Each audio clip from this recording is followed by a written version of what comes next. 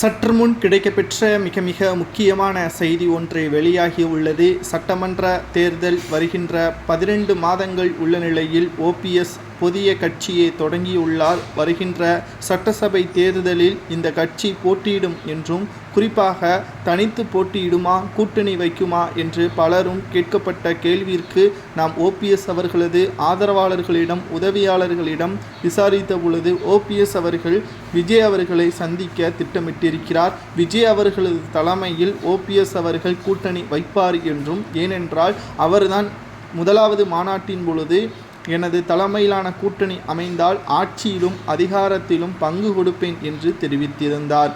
இதனால் ஓபிஎஸ் அவர்களுக்கு தென் மாவட்டங்களில் மிகப்பெரிய செல்வாக்கு இருக்கக்கூடிய காரணத்தினால் 20 முதல் 25 விழுக்காடு ஓபிஎஸ்ஸிற்கு விழும் என்ற காரணத்தினாலும் அவரது ஆதரவாளர்களும் நிச்சயமாக ஓபிஎஸ்ஸிற்குத்தான் ஆதரவுகளை கொடுக்கின்றனர். இதனால் அதிமுகவின் கணிசமான ஓட்டுக்கள் ஓபிஎஸ்ஸின் பக்கம் திரும்பும் என்ற காரணத்தினால் விஜய் அவர்கள் இந்த சந்திப்பை ஏற்றுக்கொண்டிருக்கிறார். குறிப்பாக பேச்சுவார்த்தை முடிந்ததற்கு பிறகு நிச்சயமாக ஓபிஎஸ் அவர்களுக்கு 30 முதல் 45 தொகுதிகள் வழங்கப்படலாம் என்ற தகவலும் தற்பொழுது கிடைக்கப்பெற்றுள்ளது. நேற்று முளைத்த விஜய் அவர்களுடன் கூட்டணி வைப்பது சரியா என்று பார்த்தால், அரசியலை பொறுத்தளவிற்கு யுக்திதான் முக்கியம். எந்த நேரத்தில் யாருடன் கூட்டணி வைத்தால் மக்களை பாதுகாக்க முடியுமோ அதை உணர்ந்துதான் ஓபிஎஸ் அவர்கள் இந்த முயற்சியில் ஈடுபட்டுள்ளார். ஏனென்றால் இப்பொழுது பாஜகவுடன் கூட்டணி சேர முடியாது, அதே சமயம் தனித்தும் போட்டியிட முடியாது.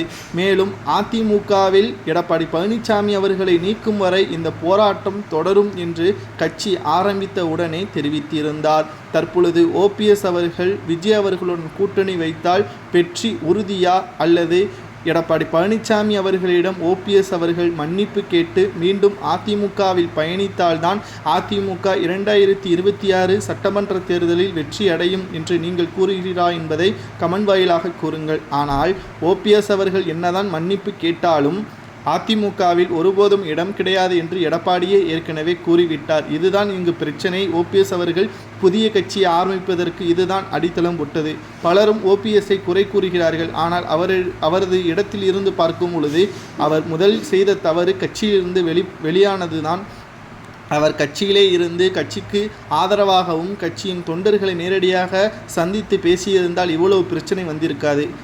எடப்பாடி பழனிசாமி அவர்களால் கட்சியிலிருந்து நீக்கப்பட்டதாக கூறிய உடனே அவர் வெளிவந்து நீதிமன்றத்தை நாடியதுதான் அவர் செய்த மிகப்பெரிய தவறு என்றும் பலரும் கூறுவது உண்மையா என்பதையும் கமெண்ட் வாயிலாக கூறுங்கள். இந்த கூட்டணி வெற்றியடையும் என்பதையும் கூறுங்கள்.